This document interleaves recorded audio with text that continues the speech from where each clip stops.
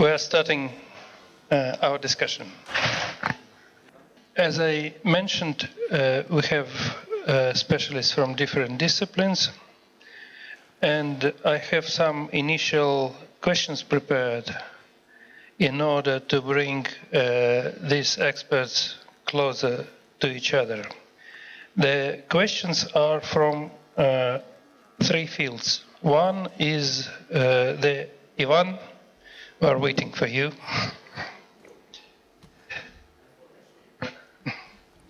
One is the AI questions. There are two of them. One is more general, and the second one is more practical. The first one, what are the most important limiting factors, in your opinion, in the current generation of artificial intelligence, in terms of its functionality, and probably more technically in terms of the internal organization, software and hardware design? So what are the bottlenecks? And the second is a more goal-oriented. What do you think should be the next first practical step or steps towards the next development of artificial intelligence? And I would like to address these questions first, of course, to the professionals in the artificial intelligence, but it would be very interesting if neuroscientists will have some opinion on these two questions as well. Though neuroscientists have their own questions, one is again general. What do you think is most important feature or features of natural intelligence? And also again in terms of the functionality, let's say the black box performance of the system.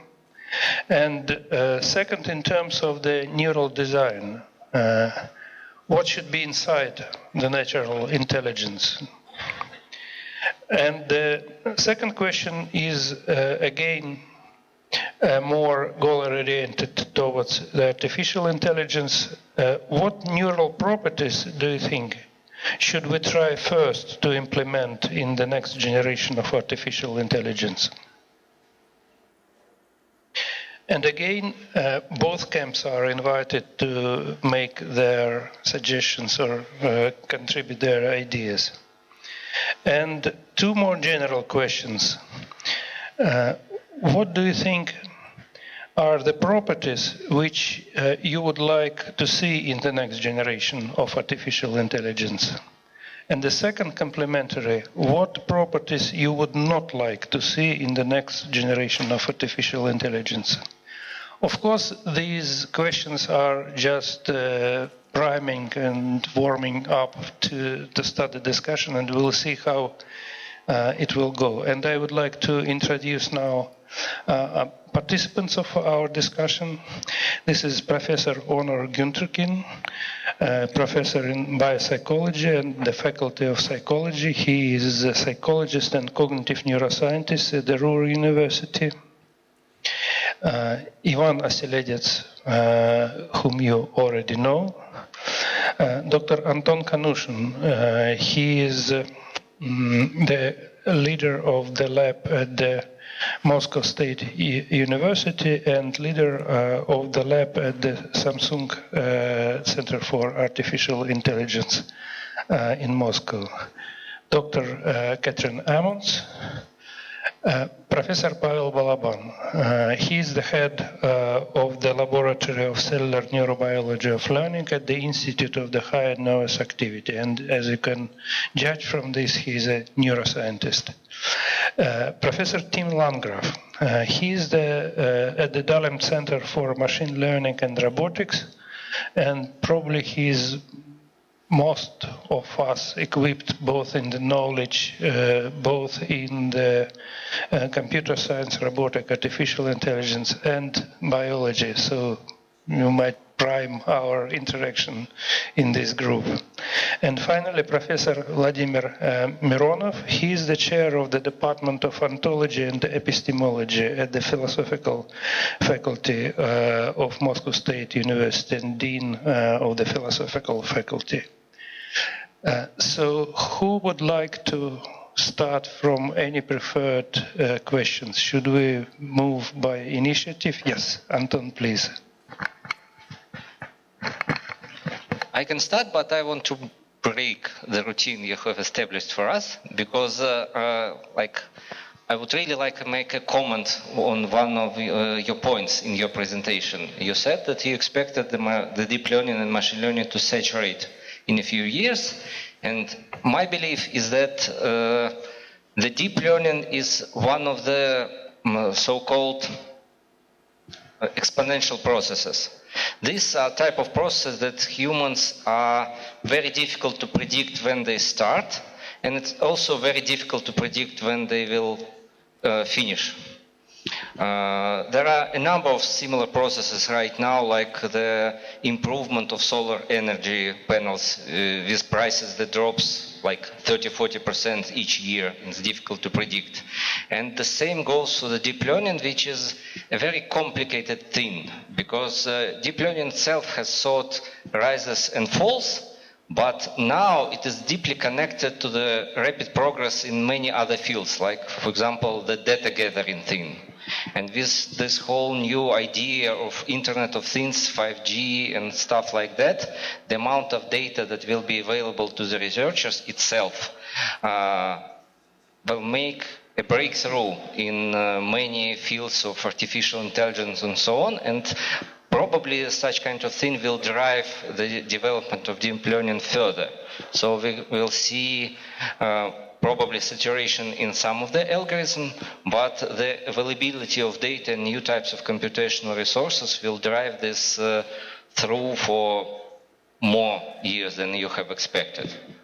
So this is one of But I agree. My statement was much more narrow. I was not saying that it will saturate. I think it is like in computer science and computers. They never saturate. I was saying that there are certain things which the current architectures and the principles of deep learning are not achieving, and the humans would like to have these properties. And this is an interesting question, whether the development within the deep learning, without breaking the rules, will hit these goals, or we need something else.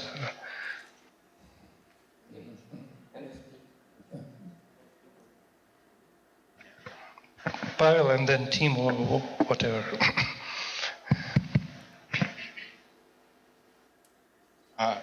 Quite recently, in one of papers of neuroscientists, I have read.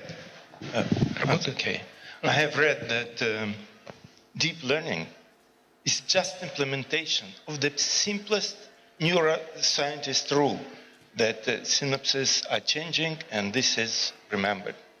This is most simple rule for the networks, and this is essence of deep learning. Nothing else implemented there. What I want to say that if we will implement in any mathematical models or whatever algorithms of these computers and all these much more rules which we know, which we investigate, then maybe we'll have just another level. And this stage, this level of what we have now, these programs, it is for people who work with real networks, with real brains of the organism. The performance of these programs is close to zero. In what sense? What I want to say that if it will stay at the same level, it will not only hit the wall, it will fall down.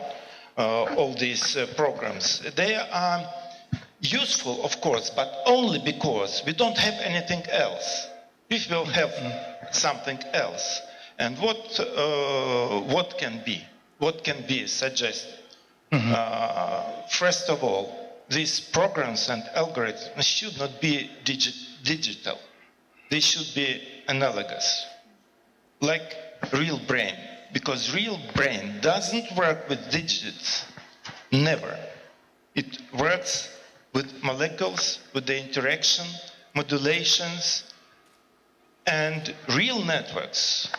They interact not digitally. When we will understand this, when people working in artificial intelligence will understand this finally, then maybe we'll have a real improvement in artificial intelligence. I can see that Ivan doesn't agree because he took the microphone, but Tim was going to say. So if you will say, and then Ivan, yes? And then Katrin. So I wanted to comment on both of you. And thanks for challenging. talking first, because now I have more to talk.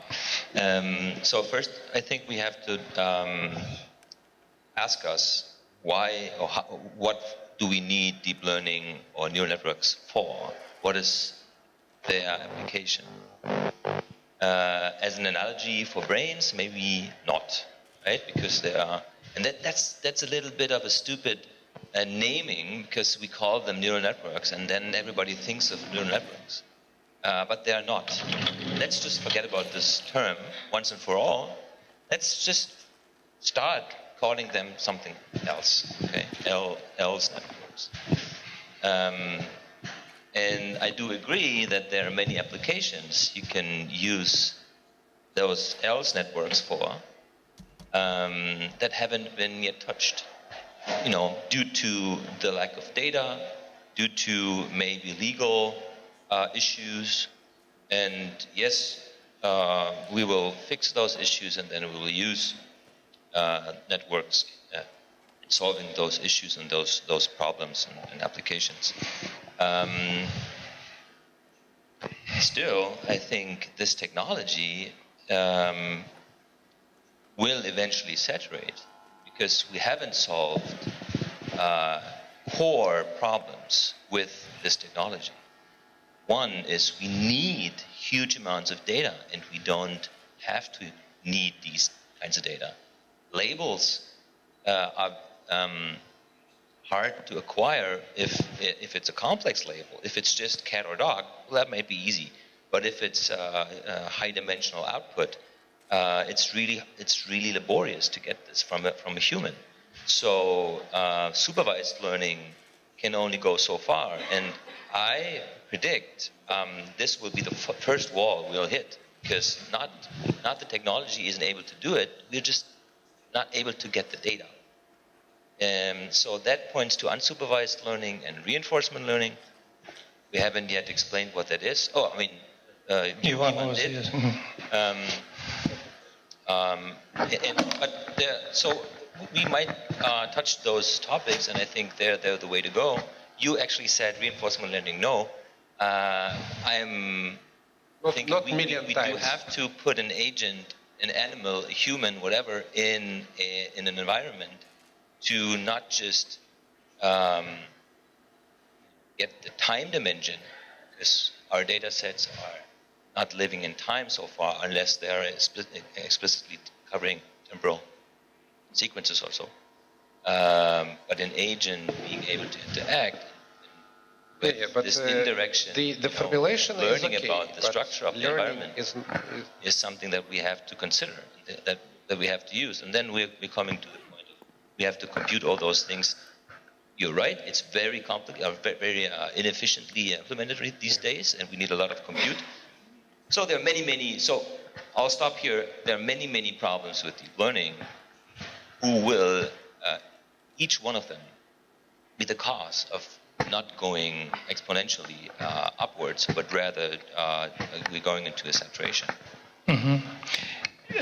Ivan, can we give a microphone to our lady? Did you want to say something? I would agree, of course, with you that that networks are much more complex than what we now understand as a basis of artificial neuronal network. But at the same time, we see amazing results, and the question is, how much nature do you need in order to fulfill a certain task? And artificial neuronal networks are being created in order to be good to distinguish images, so there are very concrete expectations behind. And at the same time, I mean, since nature went so long in order to create a molecular organization of the human brain, and all these different neurotransmitters with all these different receptors which can modulate the synaptic transmission, then of course one has to wonder why this is the advantage also in terms of information processing. And here I think we do not yet have the right answer, so there are many secrets behind. But at the same time, I'm not convinced that in order to have really the most powerful neuronal network, you need to emulate its capabilities up to the moment where you say it should be a spiking and not a binary process, for example.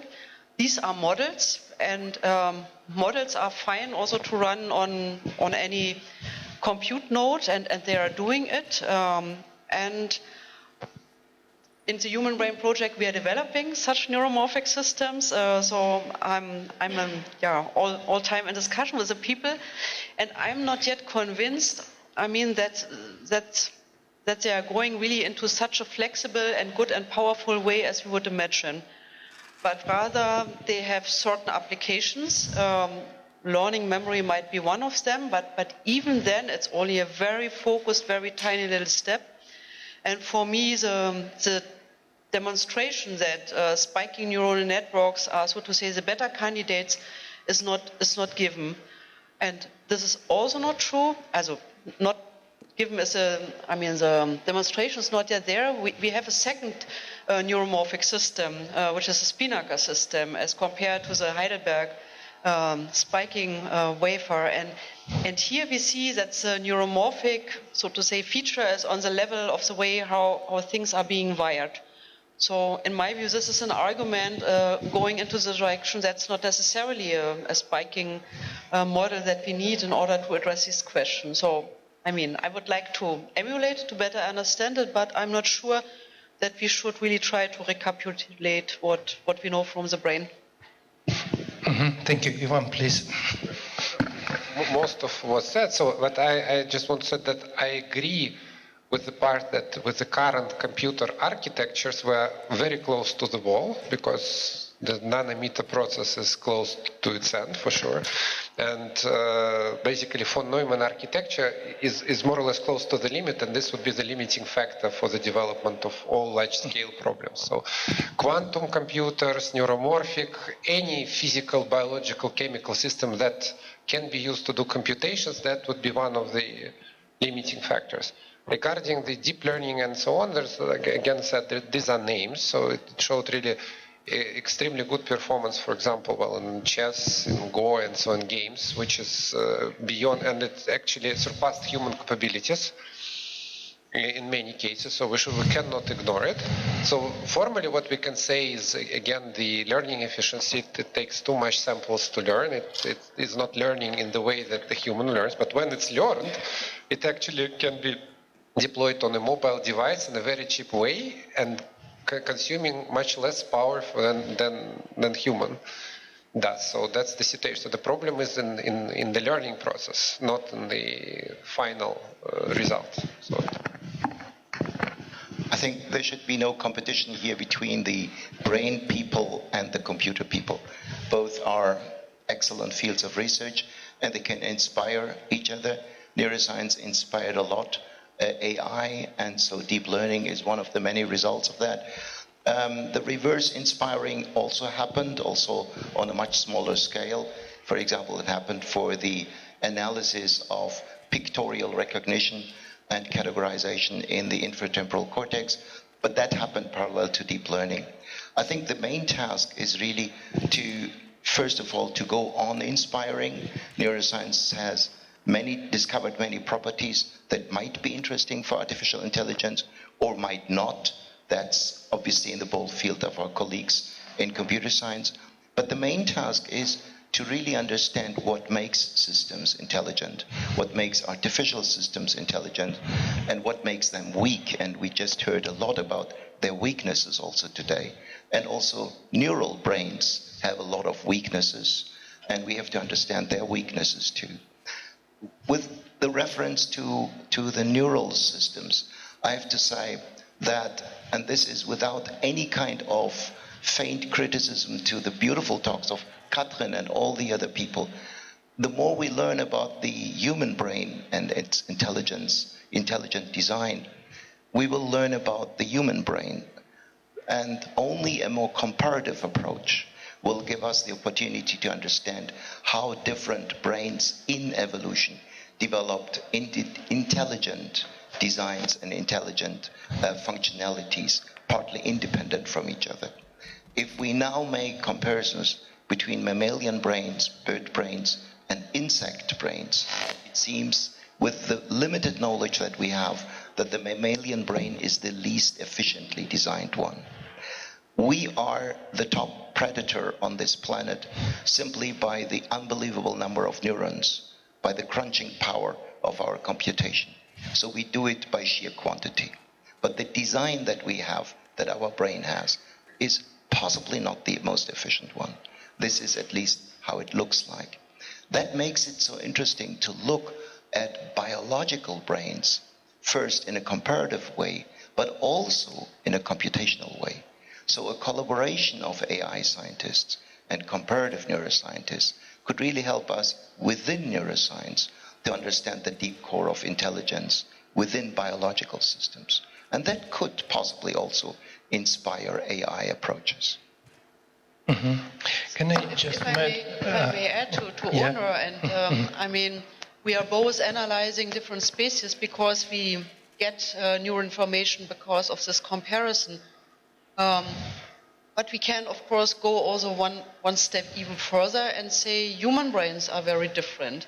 And learning from the differences that we humans have, learning from disease about normal function, learning from brains which have a special ability with respect to others, we can address very similar questions. And I think this is one of the most exciting research directions now, not only because we are interested in patients, and we are in patients interested to help them, but I find it also from a computational point of view also quite interesting. So what is the variability of a network? And even in computers and high-performance computers, the hardware is not so hard as we would expect. And this variability aspect perhaps could also elucidate further how artificial neuronal networks could work. So what is the variability that is okay? What is the role of this variability? And this goes along the same direction as Onur said. Mm-hmm. Anton? I would like to correct, I think, the mistake that was made, that current artificial neural networks are digital. They run on digital machines, but they're analogous. And this analogous nature of the neural networks is what allows engineers to build new types of computational machines specifically tailored to running artificial neural networks. And even after this process for digital computation stops due to the miniaturization, there are still ways to improve the performance using this analogous nature. And many companies like IBM is already working on the technology how to combine both digital nature of current processors and analogous type of processing. This will bring us beyond the current capabilities of digital machines. This is the first thing. And the second thing, that we all talked about saturation of neural networks, hitting the wall and so on. But this is actually what has already happened. In many types of problems for artificial neural networks, we have already hit the wall due to the limited amount of data, for example, limited amount of annotated data. But researchers in deep learning has found some clever ways to overcome these problems. For example, there are many breakthroughs in unsupervised learning. For example, there are recent breakthroughs in natural language processing, because neural networks can be applied to all texts that are already available. If you train the neural network to predict the next words or next sentences based on the previous text, then we believe that neural networks can capture some essence of the text. And using the features that neural network learn on this annotated large data set, we can apply to new problems with only very few training examples. My belief is this is like the difference between natural evolution and process of learning of humans. We can pre-train the neural networks on large corpus of data and call it like natural evolution to creation of specific type of neural networks, for example, as it originates in an infant. And then, based only on a very few training examples, it can learn and adapt to new games. And this is exactly the kind of problems that researchers who do in state-of-the-art work are facing about. There are a lot of papers on few-shot learning, zero-shot learning, transfer learning, and stuff like that, exactly to overcome the barrier that neural networks has come recently. So, when I was talking about these difficulties to predict the next evolution, one of the difficulties is the availability of information to the researchers. I believe that researchers in other fields, it's very difficult for them to understand the most recent trends. Only if you read the papers on the current conference on the specific subject, then you really understand what the problems are under solution right now. So this is one of the examples of the problems. Researchers in AI has really found out that the ground truth data is very difficult to obtain. So we go to the simulation when we can obtain almost infinite number of data. We go to domain adaptation to solve the problem how we can use this data to turn our models into real life. And we go to the unsupervised learning and few-shot learning to understand how we can use the data that is already existing and abundant in the world to then to transfer our models to other problems and so on. So probably such kind of things can be used elsewhere. We don't know, but so these are kind of problems that we are solving right now. Vladimir Vasilievich, хотели... Neuroscientists will say that they have petabytes of data and you're not using it, or only on images from the internet. Okay. Добрый день. Ну, я, наверное, сейчас в роли трикстера такого выступаю, поэтому по-другому одет немножко в светлое.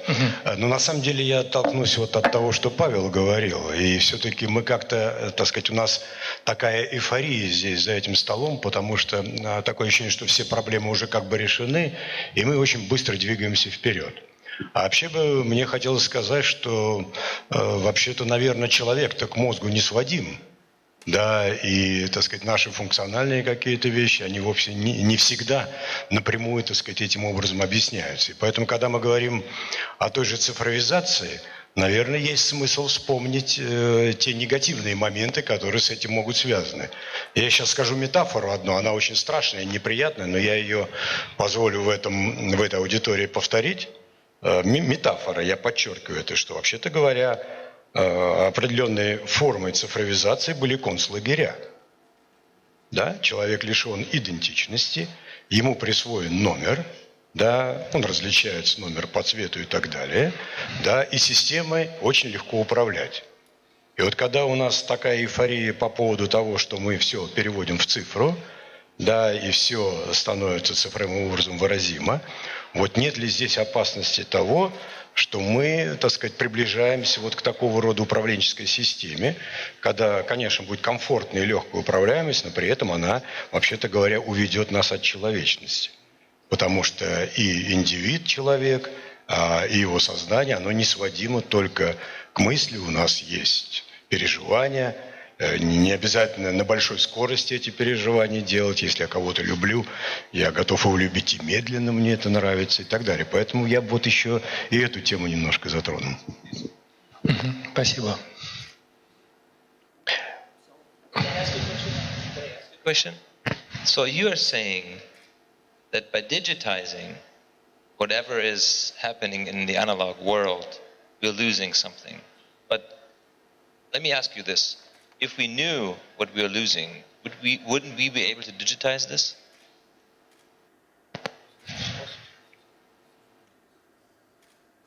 Нет, я говорю о том, что есть потери. Есть потери, мы можем сегодня говорить об этих потерях. Ну, например, условно говоря, мы можем, что тоталитарности при такого вот рода системе цифровой ее будет гораздо больше, чем сейчас. I think we can never predict, right? Because that totalitarianism can rise from very good intentions and from bad intentions. So who knows? But yeah, I think okay, we will die earlier from other reasons like global warming and so on. So we don't have to worry.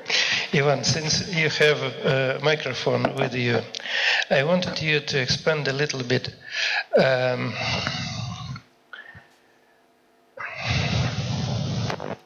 Onur was saying that we should understand better about why the artificial intelligence systems are weak. I think you had a very interesting notion and statement that deep learning networks are doing much better than actually mathematically predicted. So, and we do not understand also why they are so strong. Could you say a few words about this? I think it is probably an important thing of fundamental studies in the theory of the deep networks. Yeah, the short answer that there is no theory for that. So the existing theory says the opposite. Any guesses? So one of the guesses is due to so my interpretation of what happens in the process of learning is I tried to explain that you have basically random initialization. Like if you have two sets, one class, another class, if you have a very simple linear classifier, then it's easy. It's very easy. So then you start from a deep neural network, which is just very random. And then it learns, but it basically remembers all the training set. So the parameters it remembers. So in some sense, it's like the very large learning by prototype, learning by example. So for a new training, you find the closest one, in especially so that's, I think, very close to how these classifiers work. They work by remembering the train data and finding a useful notion of distance. I don't think how it works in nature, in the human brain for sure, because it basically learns in stages, difference in the initialization and the process of learning. So that's why what you showed and the different tasks and this chicken, probably which doesn't do it in the reinforcement learning way, it just takes once and it learns, well, this is few shot, one shot. Learning probably if you grow a chicken in an environment and then do it. But if you look how this robot tried to pick something, it looks very awful, like in many tries of picking and losing picking. So there is a big difference. Maybe we can go really in the direction of experiments with simple animals and trying to understand what cognitive task. I think the current synthetic environments are quite close to the real life environments with simple species that we have. So, for example, there was a very nice paper recently. So there was some people talking about adversarial examples. So examples that fool neural networks. There are adversarial examples for human brain, with red, white dress, and we know this bad images that we all know. And there is also So the people, the guys, what they did, they painted the cow like a zebra, and then the flies that were biting it did not recognize it as zebra, so they saved for pesticides. So you can also fool, in some sense, the human cognition system in the way you can fool the deep neural networks. So there is some similarity in this sense. So there are similarities between how this systems function, but of course there are differences how they learn, and the main difference is the efficiency of learning new things. That's the main, I think. I would add to your question that how the biological systems learn. I gave one example, and second one was single trial learning, second was categorization. But if we will take the reinforcement learning, I think there is an interesting opportunity which Anton has mentioned and Onur in a different respect, that we can think of some hybrid things in the artificial intelligence. For example, the learning is in biological networks is based on a very loose memory. It is not perfect. The neuronal networks in the brain are not remembering each trial and making a record of it and return to it. When we record the neurons from the learning animal, we know that each new trial involves the existing neurons, which were on the previous trial, but there is a large amount of new neurons. We know that repeating the performance gives only in different brain areas of about 30% overlap to the initial learning trial. So many neurons are completely different. We know that the synapses, which is important, which are involved in a retrieval, may not be exactly the same synapses which were involved in training, which addresses Pavel's question of the biological mechanisms of learning and memory. We have not only synaptic memory in the neural circuitry, we have some internal epigenetic memory, and there are experiments showing that if an EU lesion, even the existing synapses, the neuron can still remember with a different set from the epigenetic rules. So there might be a very creative area to explore where we take the artificial, existing even artificial neural networks and try to introduce something which goes from biology, but biology is not doing it like that because artificial neural networks can do it better because of a perfect memory, or introducing the new type of memory for neurons, which will give a completely different architecture of performance and learning. So all type of these hybrid explorations, which needs people to meet, and probably also is relevant to what Anton says and is worrying that only being at the front of the research and at the current conferences, you can understand what is going on and what are the most recent trends in development, our overcoming the problems which were faced a few years ago, and people still think that they are existing, but there are new solutions appearing, qualitatively new solutions, new tricks to enhance deep learning, for example. So, Onur.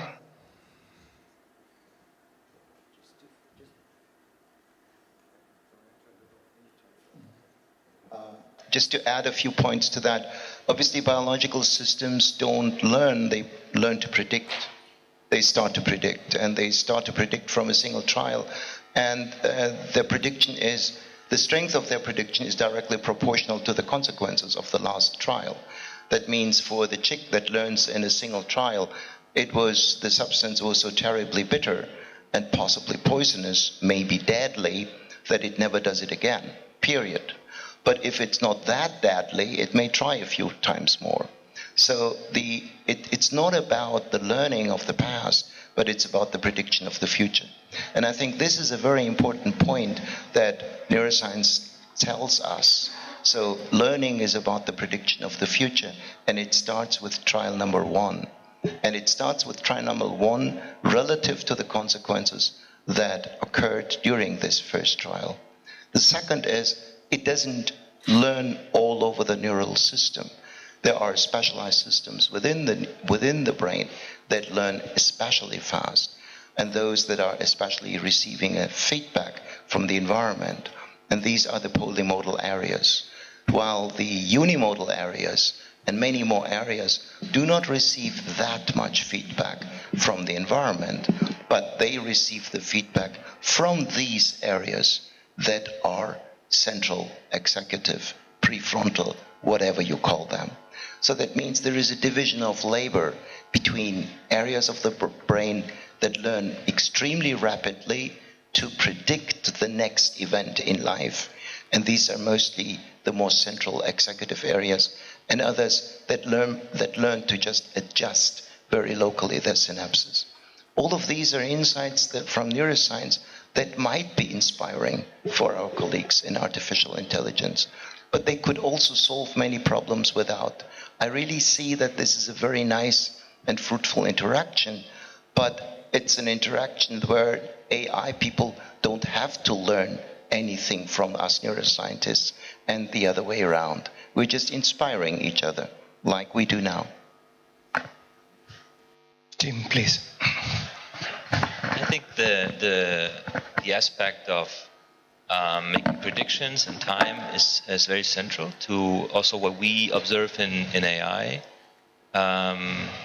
You've mentioned that when you told us about how we could learn representations of words or other sequence data by just looking at the data itself, called self-supervised learning.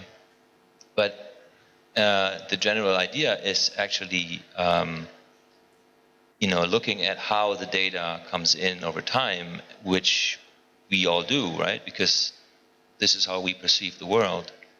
And if we move in the world, the data has a certain structure to it. And that is this supervision, let's call it, this correlation is always in the world. It's connected to how we act in the world. And I think this is something that we already see and have seen so many decades. And as Ivan said, we're just bounded by the computational power. At least us research labs, right? So the big companies can kind of cope with more data. But I was trying to connect or find an application or like a way of how to connect both fields, neuroscience and AI. The obvious answer I got when I thought about how to do it was only what you were just showing us, using models, AI models, deep learning models to label the layers or columns or cortical areas. But what do AI scientists learn to make their models better, to make their learning better? There are so many aspects flawed. We would like to have some inspiration, but is it just inspiration that we get from the neuroscientists? Yeah, and so maybe one small story, because it's another aspect that is flawed. Because once we've trained our models with, let it be a lot of a lot of labeled data, and those models perform well, we're very happy because we can accomplish our task. We don't know why the network said this part is that kind of area. We cannot explain hundreds of millions of parameters. If we had 3 parameters, and a model that we could fit to the data, we could explain those parameters. This is what we have been doing so many decades. But now with those hundreds of millions of parameters, it's not possible anymore. So this is, there are approaches to it. I'm not ignorant of these. Still, even if we use our models in maybe brain structure classification, we can't say why it said so. I have a problem a little more severe than you think it may be for your application. We are training models to predict motion of fish. Because we want to analyze collective behavior. We could learn perfect models. We can explain why they behave. So in that sense, we may learn from biology. We may learn from psychology to understand what they're doing, why they're doing things. Maybe not so much now, but if they're becoming more and more complex, we will have to either build explainability in there or apply some paradigms that we know from animal behavior to understand what's going on. So if I may answer here, I mean, I was very fascinated by the parallel way how David Marr's theory of visual processing goes, then how it's implemented in the brain. And indeed, in the brain, we also see that the primary visual cortex, these are very simple shape features, detection of margins, and then it goes to higher visual features, and then you have faces, places, and stuff like that. And I was wondering, I mean, whether we also see this in other neuronal networks. I mean, not only in the filters. Again, there are some images in the internet that you can see, and it seems to be in parallel again. So we have Marr's theory, we have the filters, and we have the visual system of the human brain. And then we tried to analyze visual cortical areas by deep network, by DGN. And we found that the sensitivity of certain layers or filters is very much replicating what we see as humans. So one filter was very specific to high density of cells in layer 3. One was very specific to seeing the cerebral cortex. One was very specific to seeing a 3 laminar pattern, let's say like this. So I do not yet know the whole systematics of these filters, but I could replicate what the filters were seeing. So at the end, when I have a classification of visual areas, I can say filter A, B, C, and F recognize this, and this corresponds to my cytoarchitectonic specialist understanding of the cellular architecture. And honestly, I found this quite fascinating, because there was never in image analysis a point where we had such a parallelism. Instead, in image analysis, we saw some distributions or margins. I mean, there are many tools, but they are much more abstract now. And we see now that these artificial neuronal networks recognize something similar, which experts see. So I think the interesting point also in neuronal networks is we have sentences, this is area V1 of the visual cortex because features A, B, C, and D are being fulfilled. And this types of semantics enrichment and explanations is, in my view, a very interesting way and helps us also to better understand. And here, please forgive, I mean, that's your part, so to say, to better understand what's in the neuronal networks. But I found this parallelism quite fascinating, and I think it's a very productive way to go ahead and to understand what the hell our 100 or 150 layers are doing. And in my view, this is necessary. We should somehow to order it, and I would be happy to have something like a cluster analysis of filter features working in real time to better understand what are really, so to say, how we can group it. And there's a lot of mathematics to be done, so I would hope that you will contribute in the next years. Thank you. Pavel, please. Tim raised a very interesting question. Why?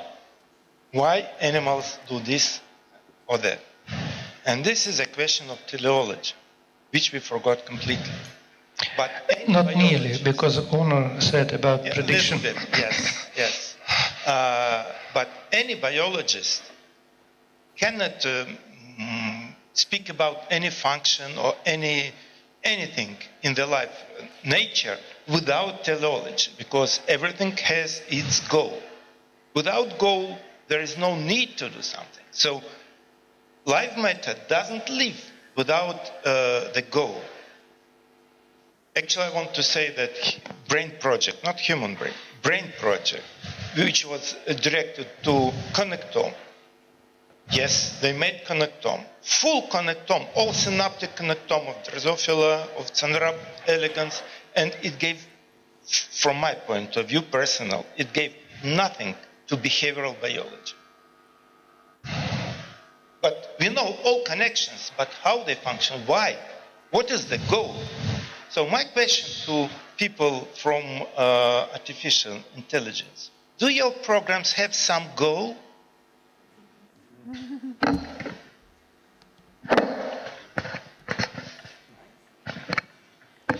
The answer is yes. All programs has a goal. The goal is programmed by the developer of the program.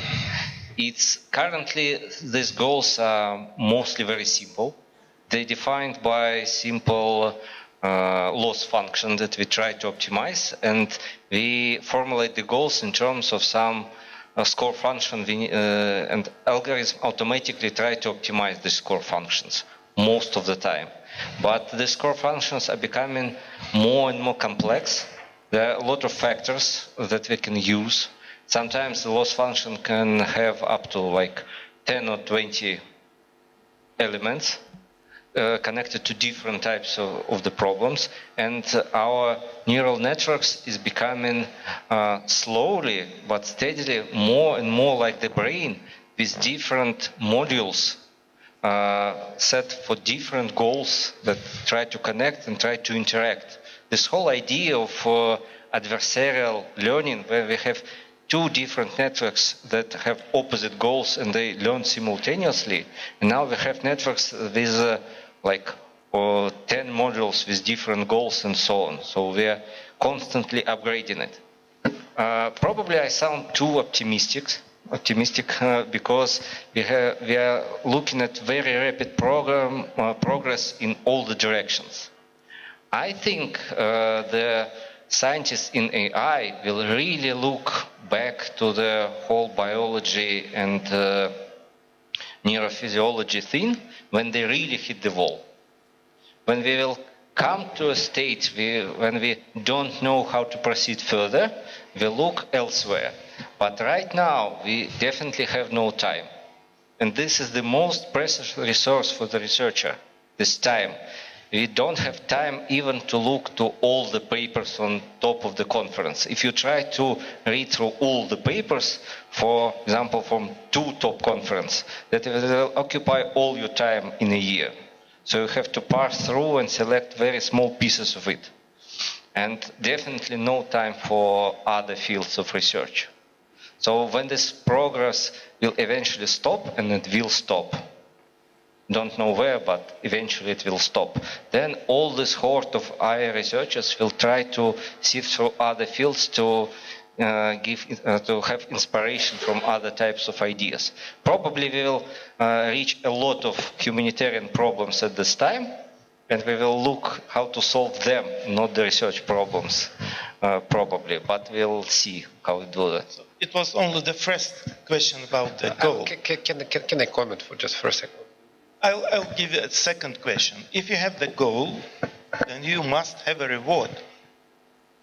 Do you have reward in your algorithms? Well, formally yes, but it's more complicated. So regarding like the time that they have no time to read, and that really led to the status that there are many low quality papers in top conferences with very low quality reviews, and that's very bad, actually. And well, my opinion is that people have to stop and read other papers if they do not read. So now there are really cases when people publish known results which are known like 5-6 years ago, and say, because no one has to read. That's really, there was a case where exactly the same paper, like copy-paste, was published by other authors on a top-level conference. And so what? This should be stopped somehow, because this is not a progress. This is really more close to the hype. So the networks and the way they are trained for simple tasks. However, parts of the networks, they, for some reason, which we do not know why, learn to solve particular tasks like detecting the edges, detecting the faces, and so on. I don't know how it's related to what is happening in biology, but in biology probably also it was developing, and then you can interpret some parts of the system that is doing something, but it was not trained to solve the specific small task, but rather the whole system was doing. But why it's happening, I don't know. Maybe that's the only way to break the big system into small sub-problems and solve. Maybe that's just the case. Not the final answer, but sub-problems, and each part just learns to solve the sub-problem. Yeah, and the reward is also given typically in the form of the gradient. If you make a wrong, depending if you have supervised or reinforcement. In the reinforcement learning, you just immediately get immediate reward, and you want to maximize the average reward over infinite time, because immediate reward may be bad. You go there and you fall into off the cliff. That's a bad reward on long term. Short term, you get reward, but that's how this reinforcement learning does. You do steps, you fall, you stand up, you do it again. And the reinforcement learning is known to be very sample inefficient in the sense you really need. You will learn a good policy. It will play Go, chess, whatever game it plays, but it will do it much longer. A human can do it in 3-4 minutes to learn to play this game, and the neural networks to reach this need much more time still. Onur. Okay. I think the question, what did we learn from Drosophila network, if anything, is a good one. It's an important one, but it's partly also answered by these painful discussions within the Human Brain Project, where we have to combine the bottom-up research with the top-down research. And the top-down research is, in the case of neuroscience, obviously more easy because we, neuroscientists, animal or human, humans are animals, so different animal neuroscientists have the model in front of us. We know what the chick is doing. We know what the caterpillar is doing, what the Drosophila is doing, what humans are doing. And we are faced with the awe of don't having an answer to the question, how does this animal do that? How is it possible that it achieves this? This is a sort of a top-down question, at least at the beginning of a top-down question, that then requires a certain top-down inquiry by the principal cognitive components of that system, that we then try to match with the bottom-up approaches of physiology, synaptology, neuroanatomy, etc., etc. So the core question then goes back to the AI people. Honestly, I don't care about bad papers, because we have also our own bad papers. That's the life of a scientist, okay? Clear that field, that's your job. Invent something that you kick out the bad guys. So I think we all have to sweep our own backyard from time to time. But I think the main point is, what is your top-down questions? So what are the core questions that you're asking the system, and you don't have a bottom-up answer? I think at that point, neuroscience and AI can really start to work more closely with each other, because we have a lot of top-down questions. Talking about these goals, rewards, and so on, I would like to say that the question of life and death for the neural networks is also present. If the neural network is bad and it doesn't learn, then the scientists kill it and discard it. So the ultimate natural selection also exists in AI research. Most of the neural networks doesn't survive. They are dead. And it's usually for the researcher to start training, for example, several neural networks in parallel. The bad ones are discarded.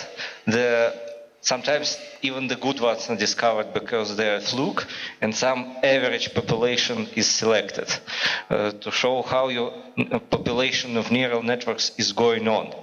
So probably it's the trial and error situation. And the AI researchers suffer from a lack of tools to automate this process of natural selection. How you can automate the simple way of selecting best hyperparameters and so on. But you can talk about that. The whole goal of research is like natural evolution with life and death. And for each particular network, there's the period of growing and learning. If it is good, it is saved. Sometimes, when the neural network is really good in solving its jobs, it is uploaded to this zoo of models, and it starts creating its own children in many other fields, because you can take a neural network and start from this network to solve your additional problems. there are some very good candidates that are uploaded to the zoo and they're cited a lot of times. So there are good networks and bad networks. And some neural networks live on for many years. Some of them die from old age because they are bad networks and so on. So there's a lot of parallels in biology and research in artificial neural networks. Before we proceed, I know Tim would like to say and Katrin. I just want to say that I have a problem. I'm making notes about what the speakers are saying and I came to the bottom. It is saturated. And we are coming to the end of an hour of our discussion. I wanted to suggest if probably each of us will say extra comment what you think is important, and I will sum up briefly. Probably we can have a couple of questions also from the audience, to be fair to the people who are curious about what is going on this scene. And then we move to reception. So, Tim, this is your last chance to say something. My last chance. Maybe I'm just conclude with another problem that you reminded me of, that we test our artificial networks in a specific domain that we'd like to the network to perform well. But evolution on animals presents all tasks over time, right? So we have to survive hunger and predators and climate changes. Maybe we will not. But anyway, so this is also one of the things that we can learn from biology, from evolution, that we have to optimize our models not to be well-performing in one specific domain, but rather than, all of them, because we already face domain shift performance degradations that we cannot cope with if we're not changing the theory or the practice of how we train our networks. Mm-hmm. Katrin? Maybe a short statement. So when we are discussing neuroscientists and AI specialists, then of course we see that there is a lot of overlap. We speak about networks, about network features. At the same time, one is biological system or even the human brain or the human being. The others are neuro-inspired technologies. And I would like really to keep as precise as possible with our language, because sometimes it comes to, so to say, close to me and mix it up. So Onur talked about top-down mechanisms and cognition, behavior, executive function. When you speak about that, killing networks, for me this goes a little bit much too far, because that and our life, these are very determinant factors of the way how we are acting, how we are doing our decisions, also how we learn. You showed it very nicely in your presentation.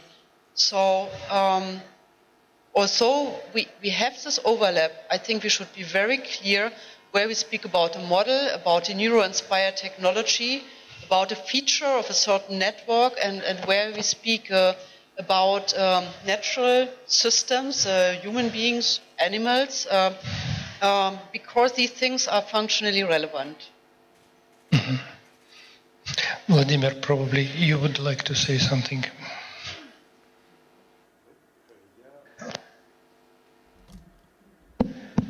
It is on. Я хотел бы только пометить, что вот когда мы все это слушаем, у меня все время вот такая опасность, не вытесняет ли искусственный интеллект человека. Да, куда девается человек? Потому что, смотри, здесь прозвучало очень много понятий: прогресс, смерть, завершение прогресса. И возникает проблема, а кто это определяет? Ну, если рассматривать смерть как отключение системы, это одна ситуация. Понятно, что в биологии это немножко по-другому. Но проблема приобретает чисто философский характер. Кто принимает решение, не сведем ли мы тогда человека к некой системе, которую можно в любой момент отключить, если надо включить. Вот тут говорили о детенышах, которые помещают в клетку. На них тоже, наверное, распространяется смерть. Я понимаю, что это детеныши не человеческие, а, так сказать, системные какие-то, да, нейродетеныши, как тут прозвучало. Но вот возникают эти проблемы. И не хотелось бы, чтобы человек совсем исчез. Хотелось бы и страдать, и восхищаться, и чувствовать, и любить. Вот позволит ли это искусственный интеллект нам? Не вытеснит ли он нас из жизни? Спасибо. Павел. Very shortly, and a little bit philosophical. I feel a great pleasure to know that mathematicians do not know what happens inside the program that they created.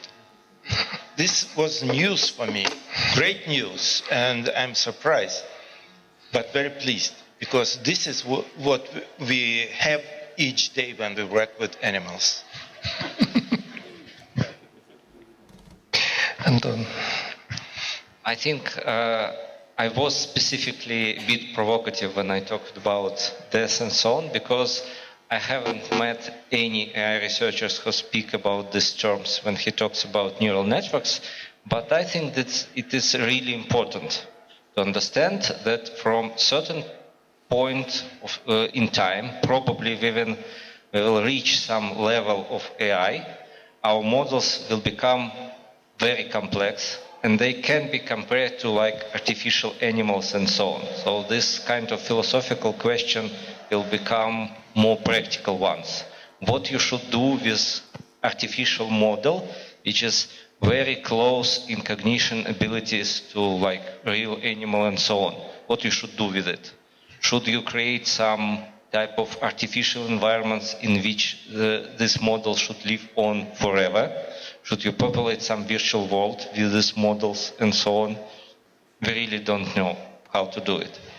And the second thing I want to say is that artificial intelligence really derives a lot of words and a lot of concepts from biology and neural sciences. We talk about prediction and using predictive models. We talk about attention, and the idea of attention is one of the most important ideas in AI research in recent years, which really drive our model through.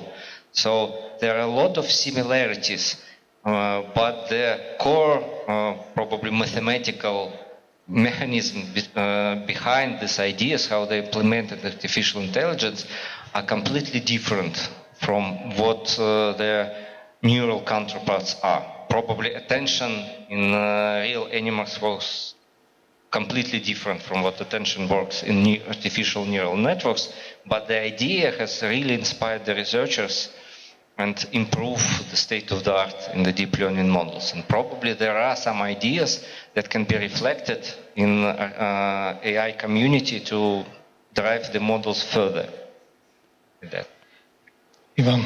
Okay, so thank you. So, I was thinking that being called AI research is good, of course, but I think of myself as a mathematician, and mathematics provide a useful language for that, but it's maybe not that important. I think the current state of the art is like we had probably in chemistry, like you mix two molecules, atoms, and so on, and there is a boom, and then there was a simple formalism, right? This idea that there is always a very simple explanation of what's going on is what may be common for fields like machine learning and biology, because physics equations are very simple and they have very good predictive power, like again Schrödinger equation, and the molecule probably does not know about the wave function and the squared absolute value of the wave function as well, but the model is very clear and very interpretable.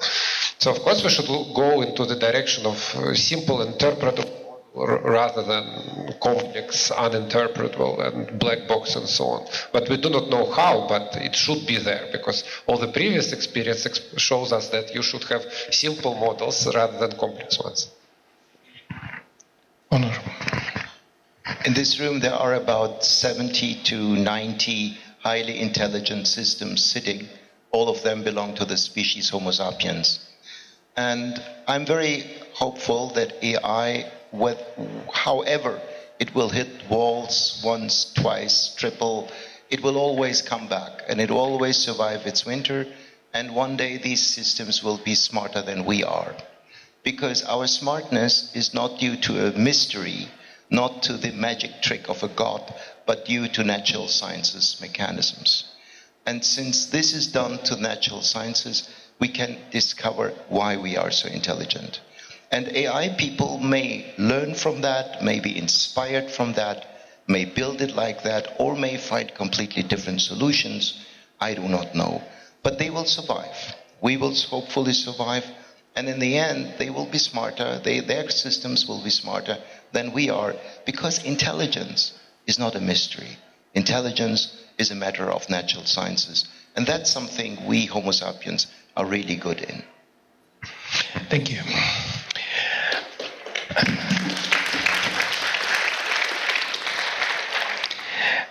We are slightly behind the schedule, and still I would like to take a few probably burning questions from the audience, keeping in mind that there is reception waiting for us and we are behind. So brief questions and short answers, please. Just a moment, the microphone will come. Hi, I'm Dan. I'm from robotics industry. And how do you think, what are the roles of robots and physical intelligence in process of artificial intelligence creation and artificial general intelligence? Thank you.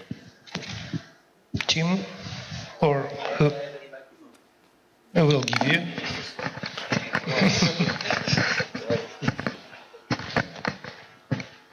So thanks for the question. I think the bodies that our intelligences, our artificial intelligences will be using are really important in the way they become intelligent, or in the level of intelligence that they can reach. I'm just afraid that it will take a long time to build, robots that are equally versatile, energy efficient, self-repairing, and so on. Sorry. Next question, please. Maybe I can add from the Human Brain yes, Project, please. because we are developing new robotics, as you know. So I'm convinced that understanding how the brain works with our body is very important. I mean, we cannot ignore that we have a body, and the same is true for developing artificial neuronal networks and the periphery. And we see first convincing implementations in motor visual coordination. We can test it, so it's also for neuroscientists very exciting to see that there are certain hypotheses about the way how visual motor coordination is working, that we have it implemented in a robot and can see it. And I would think that there's a similar win-to-win situation expected in a few years, hopefully, in that respect. Hello. My question is about a field which I believe is the closest to merging of AI and neuroscience. It's brain-computer interfaces. So my question is about the whole field, but I'll ask it on a concrete example. So let's say we have an intracortical chip in visual cortex, which is trying to decode what we are seeing. And let's say we succeed in it. We have some magical black box deep learning network which learned to do it. Do you think having this chip and this network which can tell what we are seeing using our brain signals, we can reverse engineer how our brain works? Or do you think that it's impossible and that this brain-computer interface only solves this particular task and won't tell us something about principles of the brain work? Well, there are experiments already going on in macaque with very, do you think that results. In principle it will tell us the big picture about computation? So you have it on different levels. So it's easier in fMRI, but it's also with chips. So for blind patients, this is already done with chips. On a different level, it works in fMRI to have this feedback. Yes, you can recognize from the brain signal say what the brain has seen. I know that it is done. My question is like theoretical. Can we learn some principles of brain functioning using this data? Is it possible to do it like basic principles? No. So the short answer is no. No, exactly. Okay. I have a question to Professor Güntürkün. So you mentioned about the top-down questions. And of course I understood you don't mean, of course, executive control. So this is more meant in a gnoseological sense. So I would like to ask you, what are your two favorite outstanding questions in this kind of approach? My two, that's difficult because I have 2,000. But let's, for example, analyze the kind of mistakes that we make during our thinking process. Mistakes that we do while we are just rehearsing something in working memory versus in retrieving from long-term memory. As you know, errors are obviously the feast on which we have our lunch and our dinner during cognitive science. So an error analysis tells us a lot about the network properties in a case of reverse engineering. That would be one aspect of it. The other aspect of it would obviously be how we deal with the unbelievable complexity of the many degrees of freedom in our body movements with limitations of computation in our brain. So this is a severe problem also for robotics. How do we do that? And there are beautiful examples of this, for example, from octopus that has unlimited degrees of freedom because in all of its arms it can stretch and bend them at every piece of their arm. And they do very simple tricks how to do that. All of these were, I would say, simple-minded questions. So you look at the octopus and say, how does this creature does that? That's the beginning of a fantastic journey of investigation. So, and this is just 2 out of 2,000 of these questions. And I deeply believe that without these kind of questions, bottom-up approaches give us absolutely, I wouldn't say nothing, that's too unrealistic, but limited. Mm-hmm. We need both. But without bottom-up research, we also will never be able to understand octopus, our own mind, the ant, or whatever, also in a deep way. We need both. Okay, thank you. I think that we should probably sum up. And I would like just to remind about this board in order to have more topics for discussion during our reception. So I was trying to put here the suggestions of what should we learn from the biological and neurobiological knowledge, and what are the walls or difficulties the AI is experiencing.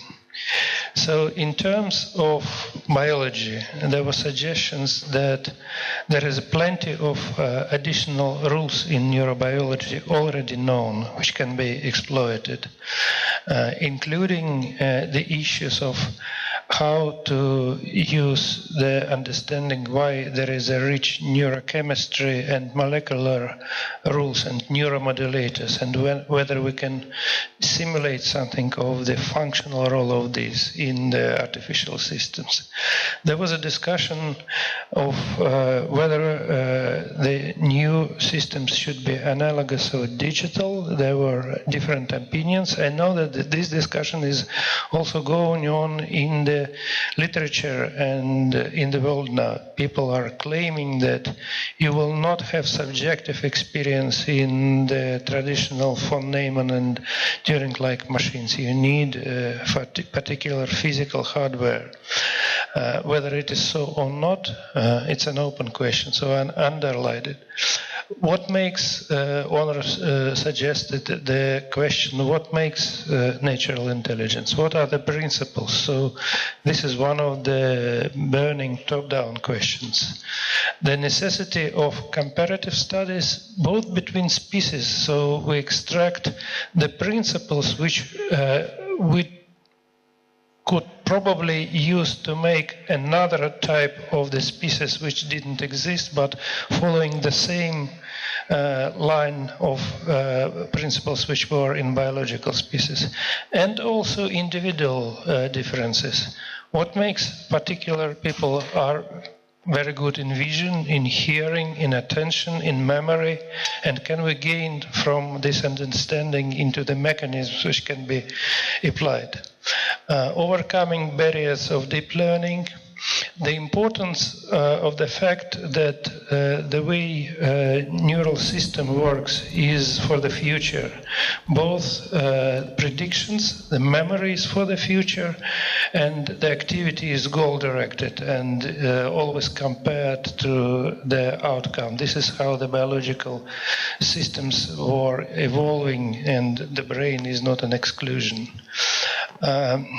Interesting question which I was thinking about, the non-homogeneous nervous system in terms of the specialization of brain structures. I was going to ask, I do not know, we can discuss it, not to spend the time, whether there are any attempts to simulate neuroanatomy in the neural networks. So specialization of different, not just the layers, but different structures with the different functions, and to put anatomy into the network.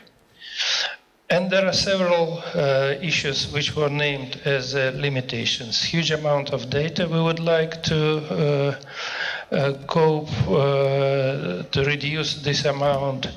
The supervised learning and movement to unsupervised learning. The von Neumann architectures, which are a bottleneck for probably certain ceilings where it will not be able to go further. The questions, what makes artificial systems weak and what makes them strong? Why and how do they work in this way? Can we look into deeper into these systems like we do, as Pavel said, in neurophysiology? Can we use the tools of neuroscience to explore now rich and multi-layer deep networks with the approaches which we used for another black box for many years? There are ethical questions about interaction of artificial intelligence and humans, and what will be the place of humans in the world of artificial intelligence in the future.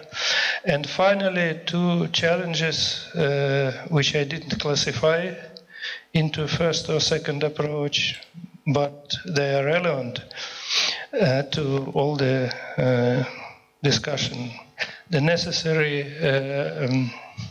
top-down questions which we should pose about the principles of cognitive operations, and there are many, as Onur said, so they have to meet the bottom-up approaches and we cannot exclude them. And finally, what Anton said, that the people in the artificial intelligence, he thinks, will not invest much into all this type of discussions until they will hit a real wall. So we need probably a real wall to be hidden by the coming ages in the artificial intelligence to make our interaction more efficient. Thank you very much. Thank you for coming to this forum. I would like to thank all our discutants and speakers at today's forum, all the organizers. It took a long time to organize this, and there are people in the audience who spend days in working. I would like to thank them cordially for this.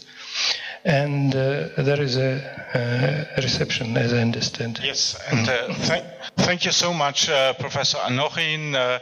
Thank you, speakers. And от лица Германского дома науки и инноваций я хотел бы поблагодарить участников дискуссии, всех гостей и пригласить вас на маленький прием, в котором вы можете продолжить обсудить вопросы по поводу искусственного интеллекта в неформальной обстановке. Спасибо вам большое.